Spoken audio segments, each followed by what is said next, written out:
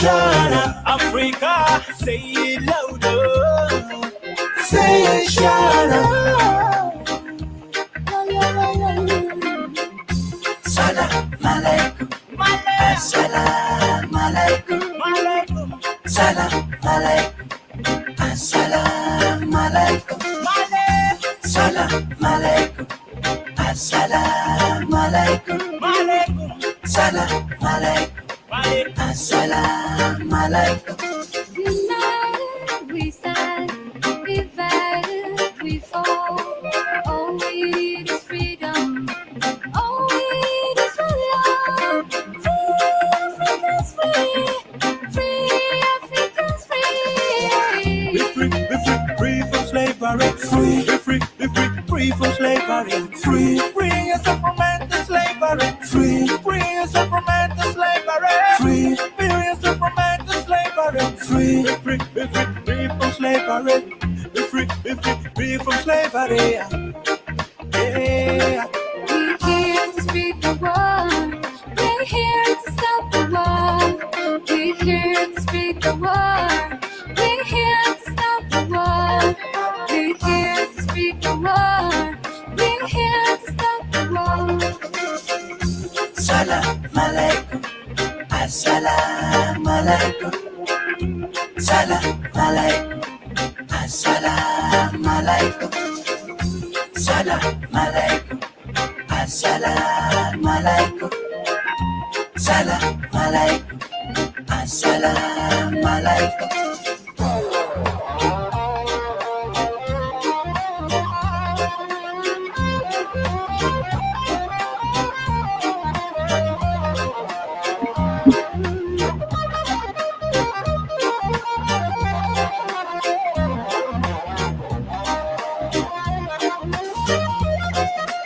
Assalamu alaikum, African one. If you wanna be free, the most simplest one in the world. Get yourself the bag of really reggae music coming straight to you from the one of the most peaceful man.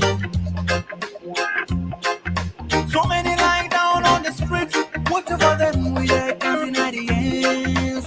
Get yourself the most free time I preach about freedom. Preach about freedom. We're here to speak the word. We're here to stop the war. We're here to speak the word. We're here to stop the war. We're here to speak the word.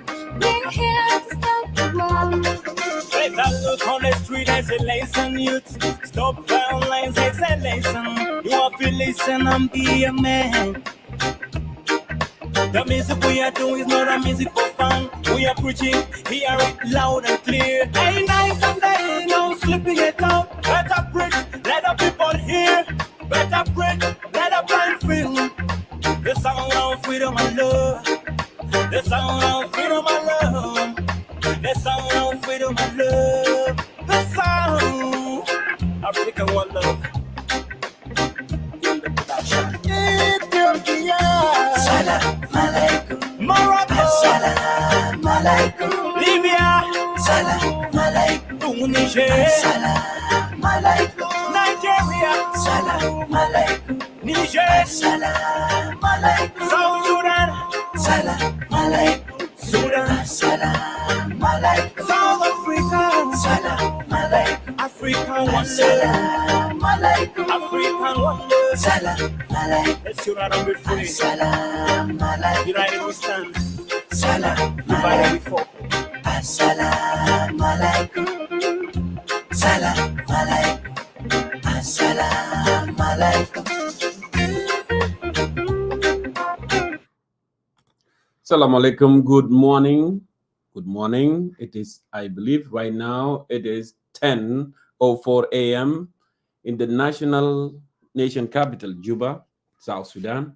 I welcome all our viewers all the world to this episode of Concerned Citizen of South Sudan. Ahlan wa marhaban bikum bi mushahidin al-afadil fi kulli makan.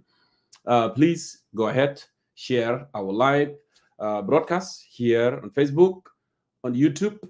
Okay, and don't forget to subscribe our channel, John Cormayol, on YouTube there. so you can get all the new episode that actually we broadcast. Go ahead and share it on YouTube, and don't forget to subscribe our channel. Share it here on YouTube as well, on Facebook as well. I welcome you all over the world one more time. This very important discussion tonight, the one that we are discussing here, of course, on behalf of people of South Sudan, on behalf of millions of South Sudanese, we will file a case against President Salva Kiir Mayardit and also Hamad bin Mohammed Al Nahyan of Emirates at the Court of Justice of East Africa. And the reason we are filing this class action is not going only to be at the Court of Justice of East Africa. We are going to do a parallel court filing in Court of Justice East Africa in others all around the world as well, because there is a massive loan that President Kiir actually is involved. And this is not the first loan. ده ما أول غرض إنه سلفا كير مياديت يعملوا ويأثر لدولة السودان الجنوبي. This is not the first loan that actually he has lent from countries. He has borrowed money before from Chinese, nearly $700 million. And that money actually did not go for any developmental project in the country, did not go for salaries, did not go for even government operation in the country. So the money have been borrowed always, and then they pocket the money that he has been borrowing. So it became a habit that actually it would be burdened to the people of South Sudan, to this generation and the current and the next coming generation. So it's going to be burden for the children of our children in our country. As a concerned citizen, and you as a concerned citizen, as a people of common purpose, people of South Sudan, we should not allow this thing to happen. And that's why we have to rise up beyond our own interests, beyond our communities, beyond our clans, beyond our region, and do the right thing. The court, we must file this, action against President Salva Kiir and Prince, you call it Prince of Emirates, okay, because Emirates had become, a burden to the countries in the region. And before I go in detail on that massive loan that actually they involved with, the government of South Sudan involved with, many people sometimes, when we tend to give the accurate information here, some people, they don't believe it, and majority of people believe it. But I want to prove these people wrong today. And we have been proving them wrong for quite a long. So I am going to play a clip before I explain this loan. What is the motive from this loan, and why President Kiir has borrowed this money, and why the country of Emirates lend them the money. What is the motive behind all this thing? Before I go there, I want to play a clip from the foreign finance minister of South Sudan, Bak Barnaba, on his address the day of ceremony of welcoming new minister, which is Daniel Awo in Juba. Actually, he made it clear that actually we have a serious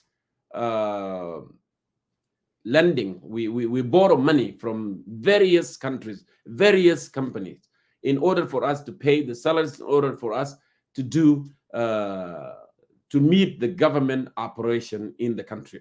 Of course, this money are not going to go for the salaries or for the government operation or developmental project, because this is not the first time actually they have borrowed money. They did have borrowed money before.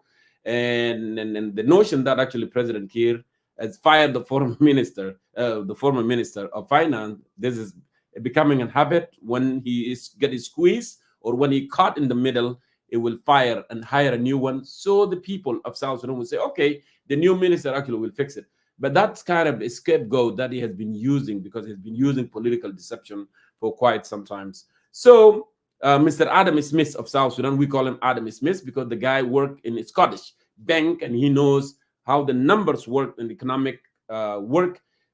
President Kiir actually hired that young man back in order, to get a new face and kind of, because when he goes on a national uh, banking or with other countries, at least there will be some sort of trust here because the guy worked with, the Western bank background. But unfortunately, Adam Smith of South Sudan, back Barnaba, has let down the people of South Sudan by accepting this. I thought the man has integrity. I thought the man, he's going to be a man of the people. I thought when he worked hard, to do a reform within the Ministry of Finance, he kind of, to me, it's a good guy and he's going to fix this. And if they are not listening to him, he will quit. That's what I was assuming. But unfortunately, it fell as the former ministers as well. So let me play the clips when he spoke on that ceremony, and he indicated that actually we have borrowed money. We have borrowed a lot of money from Emirates. We have borrowed money from Chinese. We have borrowed money from, Marina, Canada companies, and to pay government operation and salaries. Let me play it because some people, they tend, 2 days ago, I was discussing with one of my friends and we talked about this massive loan. And he told me, no way. No way. President Kiir is not going to jeopardize. He's not going to accept such a loan to be this massive loan to be burdened to the people of South Sudan. He said, I doubt it's not going to happen. And I told him, my friend, it is happening. And it is happening. It has happened already. But you got to believe me, but a few days coming, you will believe this. So let's hear from Bag himself when he said this. And he has proved it. And he's even talked about HBK, which is the Emirates base company who is in charge of petroleum, where they borrow the money. So let's go ahead and play that, and then I will explain to you what is the motive behind the loan. Diversify our revenue streams, reduce our dependency on oil revenues.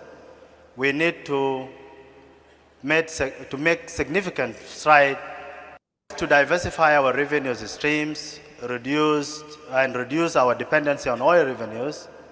We need to make significant strides in actually increasing non-oil and also go for external loans.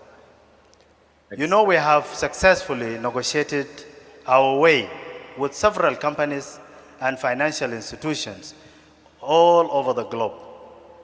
We did complete negotiations with Sheikh Hamad bin Khalifa Nahyan in Dubai, HBK, Department of Petroleum, for a long-term facility.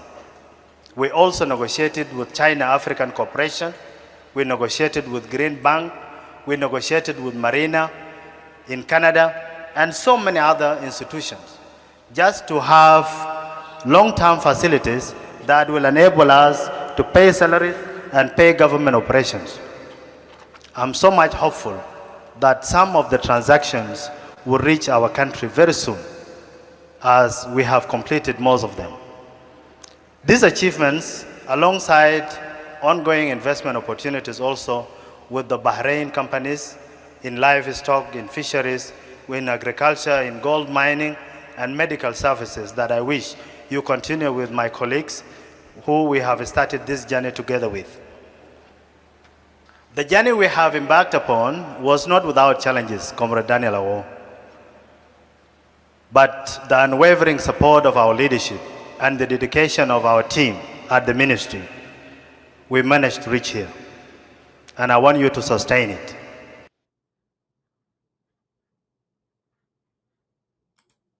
Here you have it. Here you have it. And if you want me to play it one more time, I will play it one more time. To those who have a doubt for what we say, always, here you have it. It was in a ceremony of welcoming new minister, Daniel Awo, when Bak Barnambe has spoken that in order to diversify our economy, we needed loan, external, kharijiyan, qard khariji. We need loan. And we were actually successfully, according to what he said, and they were able to secure. So that means that we have secured loan. Okay, we have secured loan, and he made it clear with Dubai, with Hamad bin Ahyan, Sheikh Ahmed bin Ahyan of Emirates. He said we have secure loan there. He did not go in details, but he said we secure loans. And you have seen the paper have been circulated on the social media about that. $13 billion. $13 billion. $13 billion. Okay? They have secured that with Sheikh Hamad bin Nahyan of Emirates. And that loan actually would be a contract of 20 years. 20 سنة. ده القرض ده بيدفع لمدة 20 سنة. أنا بعد شوية هنمشي في details. Another loan that they have talked about back, he said we also talked to China Africa Bank. We don't know how much they borrow from there. لا نعرف حجم القرض اللي هم أخذوه من bank من China Africa Bank. الله أعلم. More money. And also هم يتكلموا مع marina in Canada. Okay, and many more that they did not disclose. Many more that they did not disclose. The one thing actually raised our eyebrow is the massive loan, القرض الكبير اللي هو من الإمارات, which is $13 بليون. والقرض ده بيدفع مدة الكونتراكت ده 20 سنة. وكمان not only that, those Emiratis, they become more smart. They become more smart because they don't want to lose their money in the future. In case, because هم عارفين الحكومة الموجودة في الدولة السودان الجنوبي, this is not a legitimate government because President Kiir was not elected by the people of South Sudan. It was elected as the president of the region, Southern Sudan with a small s. But it has never been elected as the president of the Republic of South Sudan. So those Arabs in Gulf, actually, they signed this contract, but in the back of their mind, they know there is something fishy. And that's why they want to protect themselves. And that's why they said, if there is any dispute with this loan, and then the dispute will be settled at the London court. يعني في محكمة في لندن. ما يكون محكمة في إنهم في بلدهم ولا يكون وين هيكون في London, because that's what they trusted. That's where they secure, because in case if there is a dispute in the future. But they know that they will get their money. So, my dear brothers and sisters, and I dare to details. And I want you to know that this is what the kleptocracy in Juba, what the authoritarian regime, President Kiir, has done to the people of South Sudan. He wants to leave people of South Sudan in debt. And he wants to make sure in South Sudan is drained to the ground when he is no longer there, president, and then whoever come after him, the leadership that will follow him, they will not have resources, they will not have that money, okay, to develop this country, to do anything. Now, why did I talk, and why are we talking about the lawsuit? The reason we're talking about the lawsuit, the President Kiir, well, Sheikh Hamad bin Nahyan of Emirates, the reason we are talking about suing them, at the Court Justice of East Africa, Arusha, and other courts of laws all over the world, the reason we are doing that, because, as I said from the beginning, all this loan that President Kiir has been involved, he has not been consulting the National Legislative Assembly. Yes, you may argue that is a sitting government of extension, government of mandate, because it was not an elected government. But the reason we are saying this, we have to sue, because this is the properties of the country. These are the resources of the country. And he wants to pocket this money with his family and with, his cohorts in the government, right, to enrich themselves. Because when they borrow money from Chinese, they did not do any developmental project. $700 million. They did not do anything with Barakazar Road. They did not do anything with the road from Bor all the way to Rang. They did not do anything with this money. They pocket that money.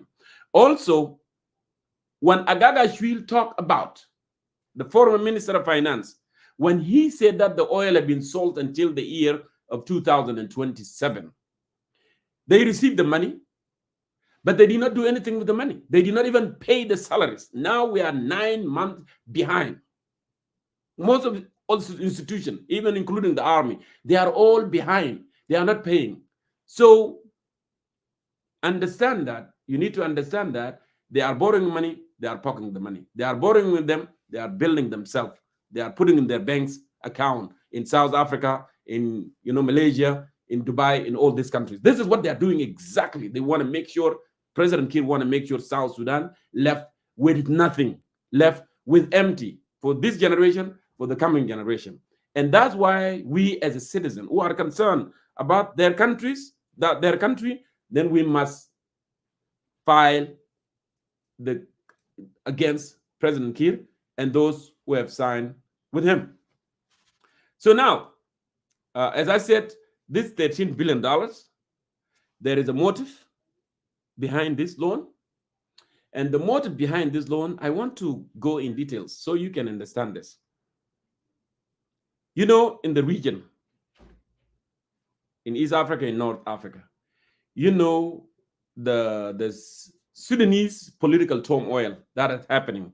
Sudan, Emirates, Burhan, NCP, Sudan has a lot of problems. And who actually fueled the problem in Sudan is Emirates. Because Emirates actually become a country of the mafia.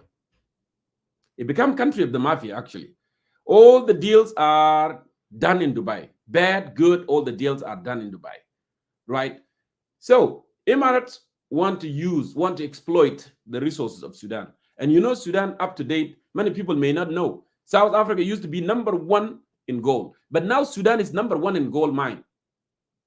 Now Sudan is #1. So Emirates actually wanted to exploit the resources of Sudan. And in order to continue exploiting the resources of Sudan, they must have somebody in control there. And that's why they support it. That's why overwhelmingly they were able to support Hamad. They support him militarily, economically, with a lot of money. Because they want Hamad to acquire power in Sudan. If Hamad acquired power in Sudan, now it will pivot the way it would be easier for them. There's a lot of gold mine in Sudan, in Darfur, in Kordofan, in the Wayanad Mountain, even far northern Sudan. There's a lot of gold mine. And Emirates, as I said, is a country of mafia. They continue to do this. They are doing it in Sudan. That's why there is a lot of issues in Sudan. And perhaps Sudan has a lot of issues with the West also because of issues of Muslim Brotherhood. And now Emirates took that as an opportunity. When they interfere with Sudan, the West is not going to do anything because these people, they were associated very much, with Muslim Brotherhood. That's one aspect. So Emirates want Emirates to be in control so they can continue to exploit the resources of Sudan. And also keep in mind, when Egypt was involved more on the case of Palestine and Israel and in the region, what Emirates has done, they pay them out, they cash them out, they pay them billions of dollars, and they said, you know what, keep away, stay away from this, we got this, right? Now Egypt have stayed away from Sudanese, political crisis. They've stayed away from Palestine and everything left like that. So they pay Egypt to keep away from Sudan because Sudan was actually backing up the current government of Burhan in order to kick out, the rapid forces. But now Egypt has no say in Sudan. The reason they are doing that, so Hamad can happen upper-handed, right?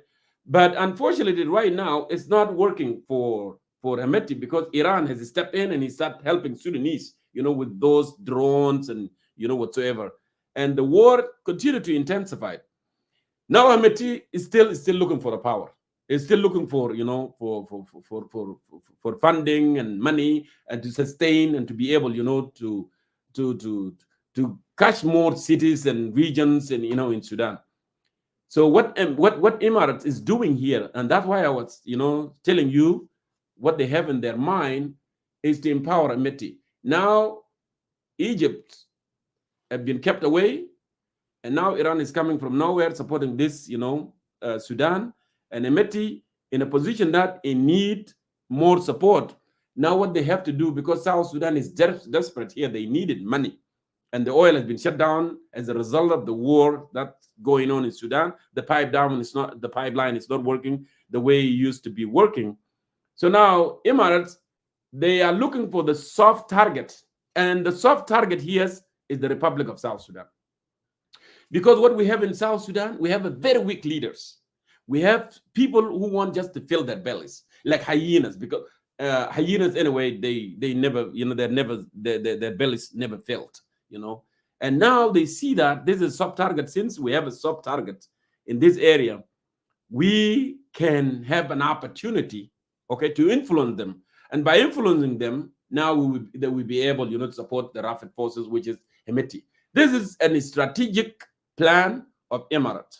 That's why they were able to approve this massive, massive, massive loan. And South Sudan, of course, President Kiir and those who are, ruling the country, they are desperate money because they want to keep pocketing. They never fill their bellies. They still pocketing.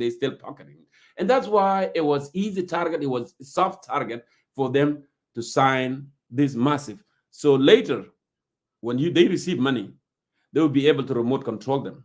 You know what? We want you to do this. We want things to go through South Sudan, to go through Darfur, to go through Kordofan, to go for Amity, so they can have more power. This is exactly the plan. This is what's happening, right? But people of South Sudan here are going to pay price.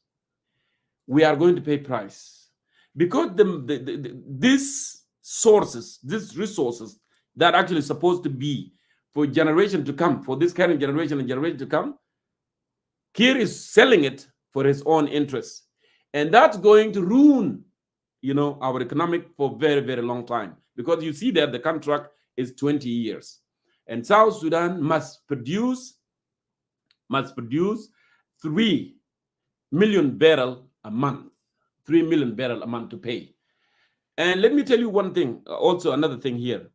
Emirates, as I said, South Sudan is a soft target, because since South Sudan is a soft target now, when I did a research, yesterday, the price of a barrel now in the international market, the price of the barrel is $83.35. $83.85. Now, when you sign a deal that Emirates, you will drill and you will give them 3 million barrels a month, and for these years, going all these years. So that's a cheating too itself. That's a cheating, because now the barrel is 83. How do you know the price of barrel is going to remain the same next month, or next 2 months, or next year, or 2 years from now, or 3 years, or 5 years, or 10 years? Because this contract is 20 years. You see, that's the cheating here. But because Kiir doesn't care, what he needs is the money. He wants to pocket the money. That's what he needs. And you have heard that back saying that actually we did this so we can pay the salaries, so we can get the money for operation, so we can run the government. There is no such of developmental project. If the loan actually, they were taking loan for the developmental project in the country, no one would have been even complaining. But that's not the case. And all these loans, my dear brothers and sisters, all these loans that they are taking, all the money that they are borrowing, this without National Legislative Assembly. And you are all well and knows that even this National Legislative Assemblies, if they were not elected, they are still a parliament that are representing people. And if they are the parliament that are representing people, and then there is no way, if president was sincere, if he was sincere and he was doing this in a good faith to the people of South Sudan, and then all these loans they are lending, they would have gone through the parliament. So they can be debated and then they can be approved. But no, it's a one-man show. It is a one-man show. That's why I'm saying that this is a wake-up call. I know vast majority of our people, they don't know their rights. Vast majority of the citizens in the country, they don't know what's going on. They don't know how the government is operating. And that's why we have to tell you, this is your right. These are your resources. We cannot and we cannot allow President Kiir, for this contract to go through, and then they go away and leave South Sudan with nothing. So that's why I'm calling upon all of you. This is a job, and this is a volunteer, and we will do it, and we will do it. No matter what. We have a purpose in life, people. We have a purpose in life. And that purpose, we cannot allow a wrong thing to happen. We cannot allow the wrong thing to happen. So, since it was not approved by the parliament, since it's their own thing that they are doing to pocket the money, and then we have no other choices. The only choices we have is to challenge them before the court of law. As I said from the beginning, these countries in the region, this country called Emirates, is taking this opportunity because we have weak leaders. Okay, we have people who are just caring about themselves. They don't care about the future of the country, and that's why they are continuing to do this. So we should not allow this to happen, people of South Sudan. It's already been. Back has confessed. As I played the clip to you, Back has already confessed. This is what's happening. They have signed a deal with Sheikh Hamad bin Nahyan of Emirates to pay South Sudan $13 billion for 20 years loan. And that money actually is going to be pocketed. That money is not going to go for developmental project in our country. It's not going to go for salaries. It's not going to go for government operational. It's not. The reason I'm saying that, because there is a lot of loans before. Okay, they borrowed $700 million. They sell oil until year 2027, and now they are selling oil until year 2044. So what left for us in the country? Nothing. They want to make sure that they are draining the resource of the country to the ground. I know there are a lot of people, they just came in and they want me actually to play that clip so they can hear with their own ears what Bag had said on the ceremony of welcoming Daniel Awo, the new Minister of Finance. Let me play it one more time and we'll continue the discussion, please.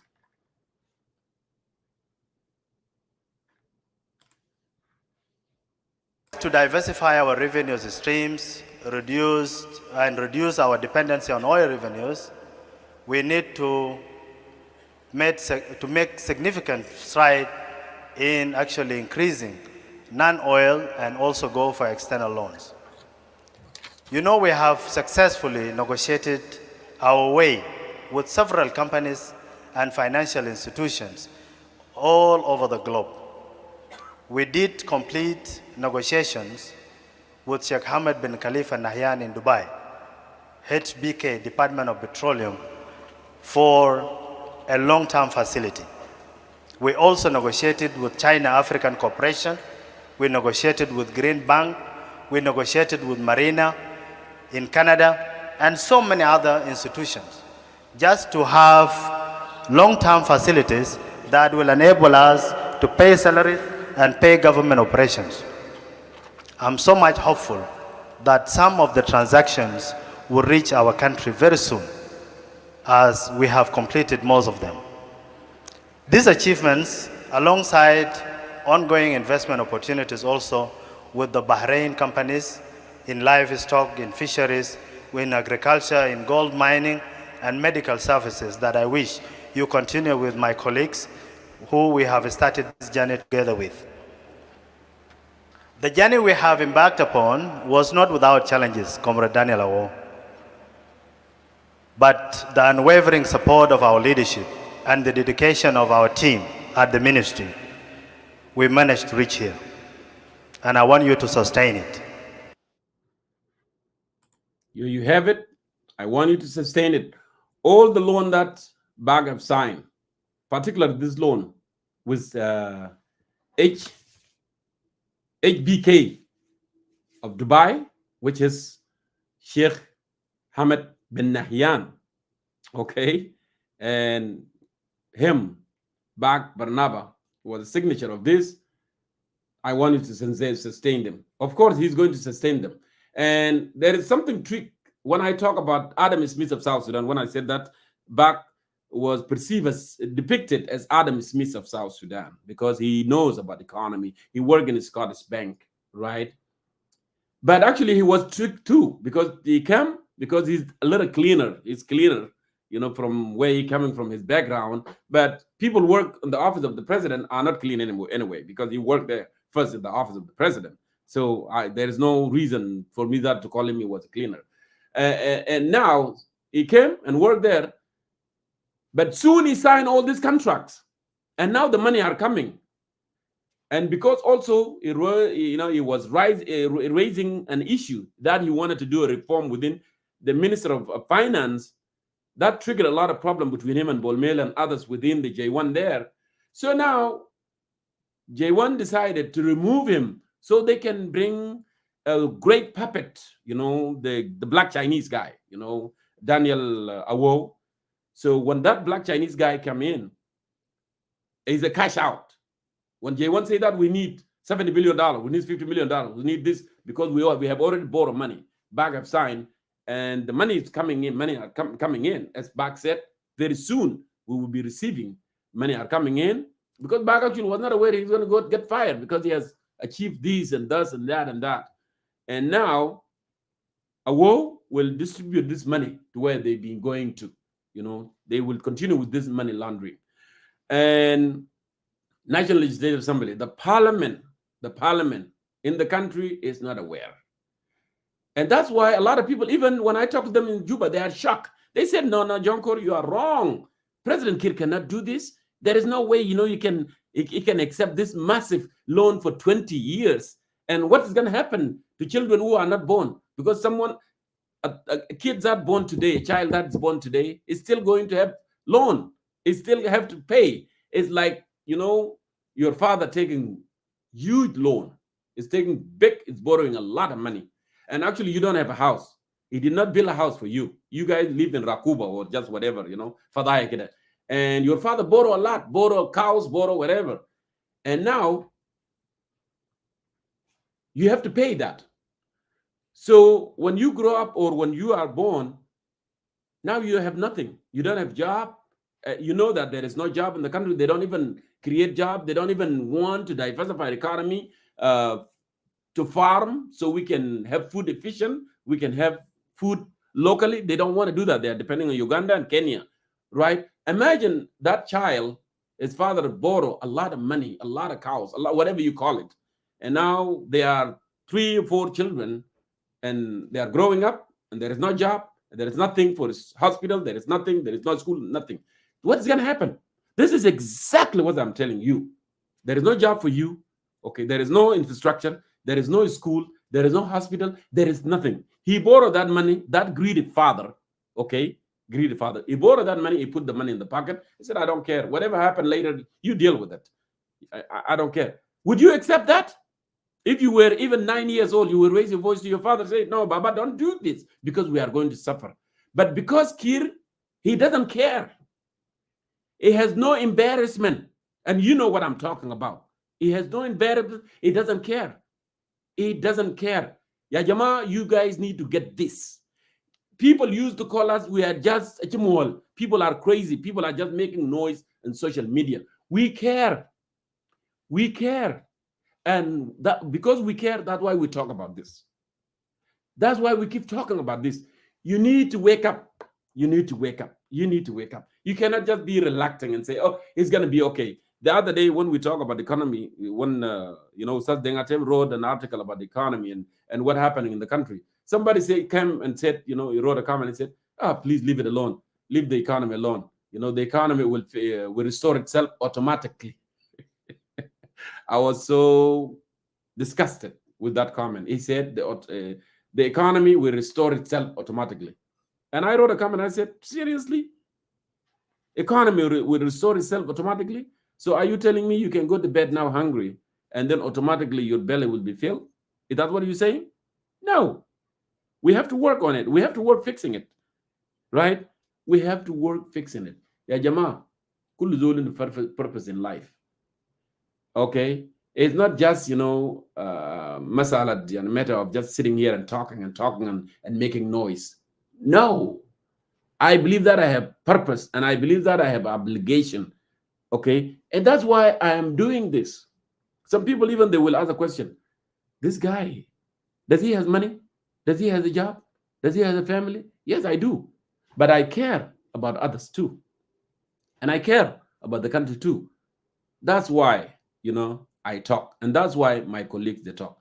The most important thing and the most stronger thing, and the most challenging thing to the dictators is an ideas.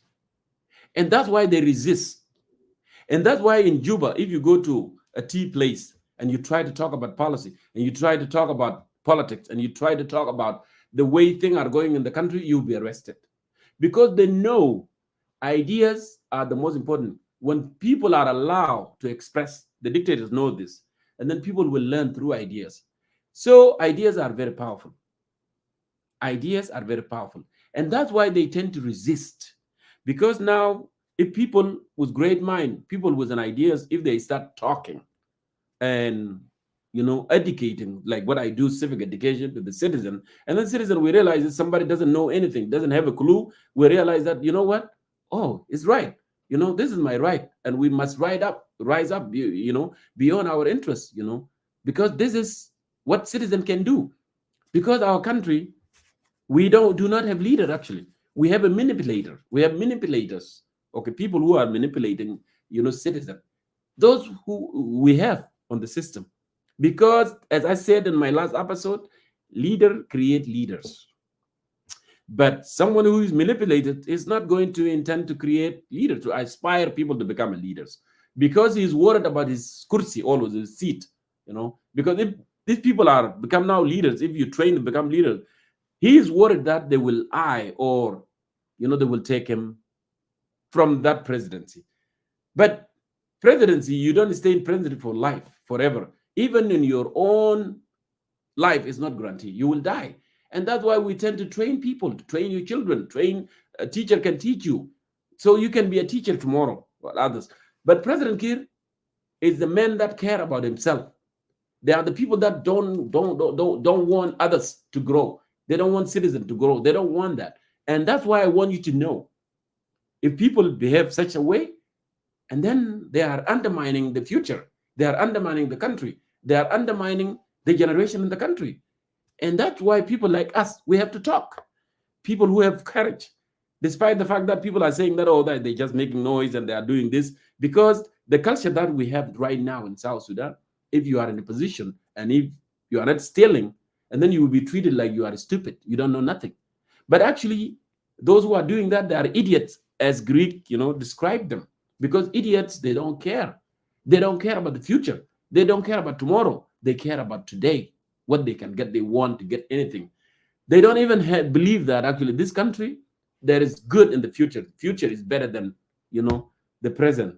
But someone actually who is a real citizen, who cares, he believes, he has a hope that actually future will be better. And that's why we have to plan for the future. And someone who doesn't care, actually, he wants to make cost destruction, destroy everything, because he does not believe there is a future somewhere. And that's why you see they have their children outside of the country.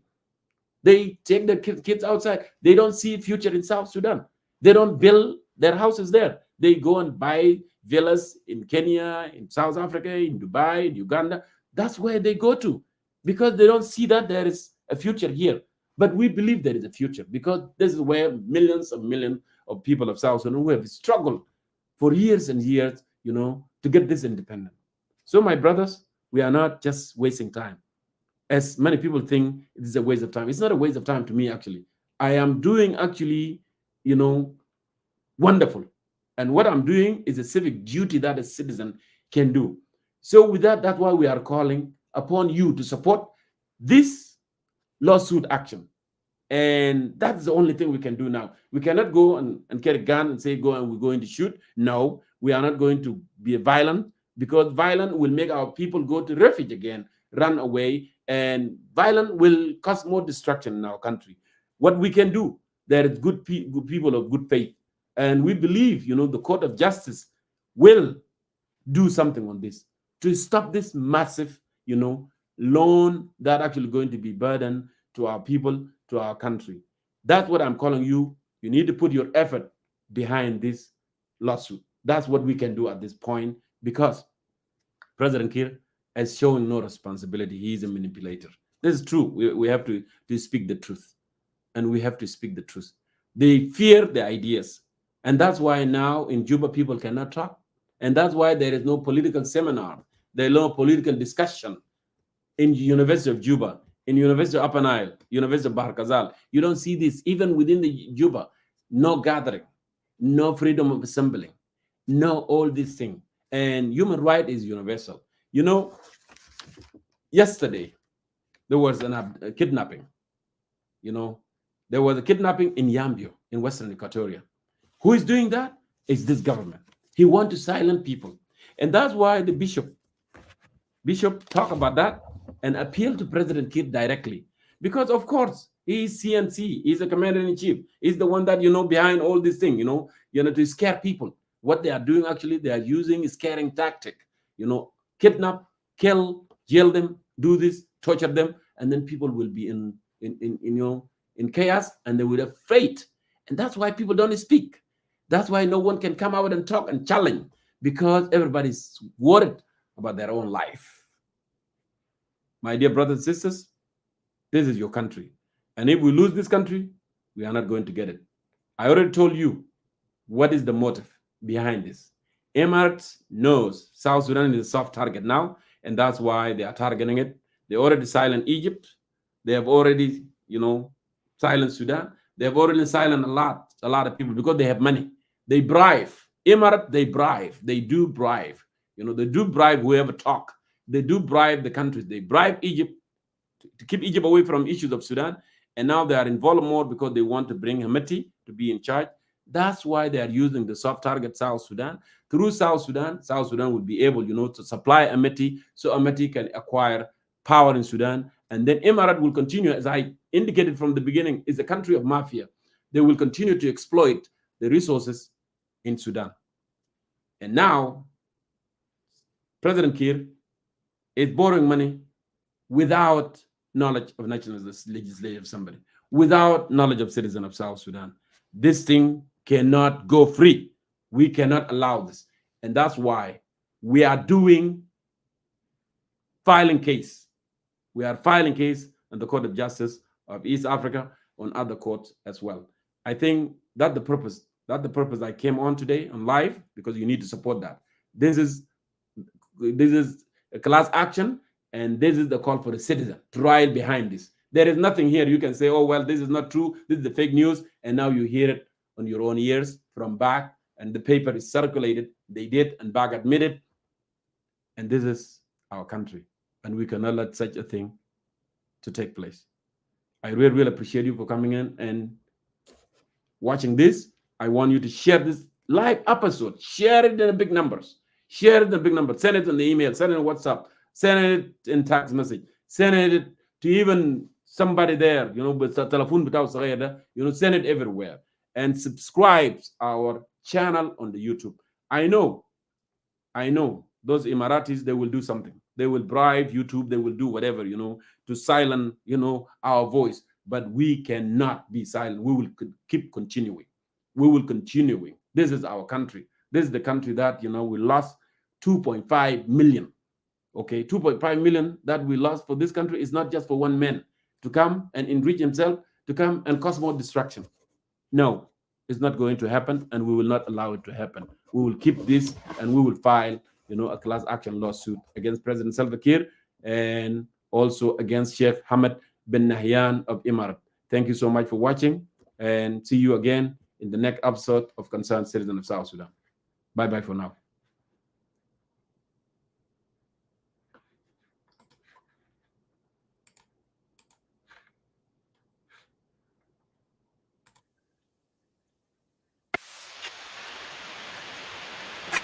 Salam alaikum.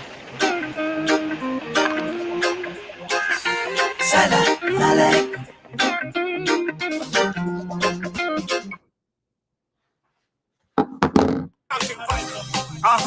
Catch it.